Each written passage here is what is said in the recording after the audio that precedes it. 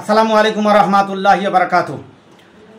ভাই আপনারা ছবিতে দেখলেন যে একজন মানুষ হয়ে মানুষকে কীভাবে সেজদা দিচ্ছে। এটা পুরোপুরি হারাম হারাম হারাম। অনেকে বলে যে সেজদা দুই প্রকার, তারা বলে সেজদা তাজিমি আল্লাহ আজিমি, নাউজুবিল্লাহ মিন জালিক। সেজদাই তাজিমি বা লাজিমি কোনো কিছু হতে পারে না।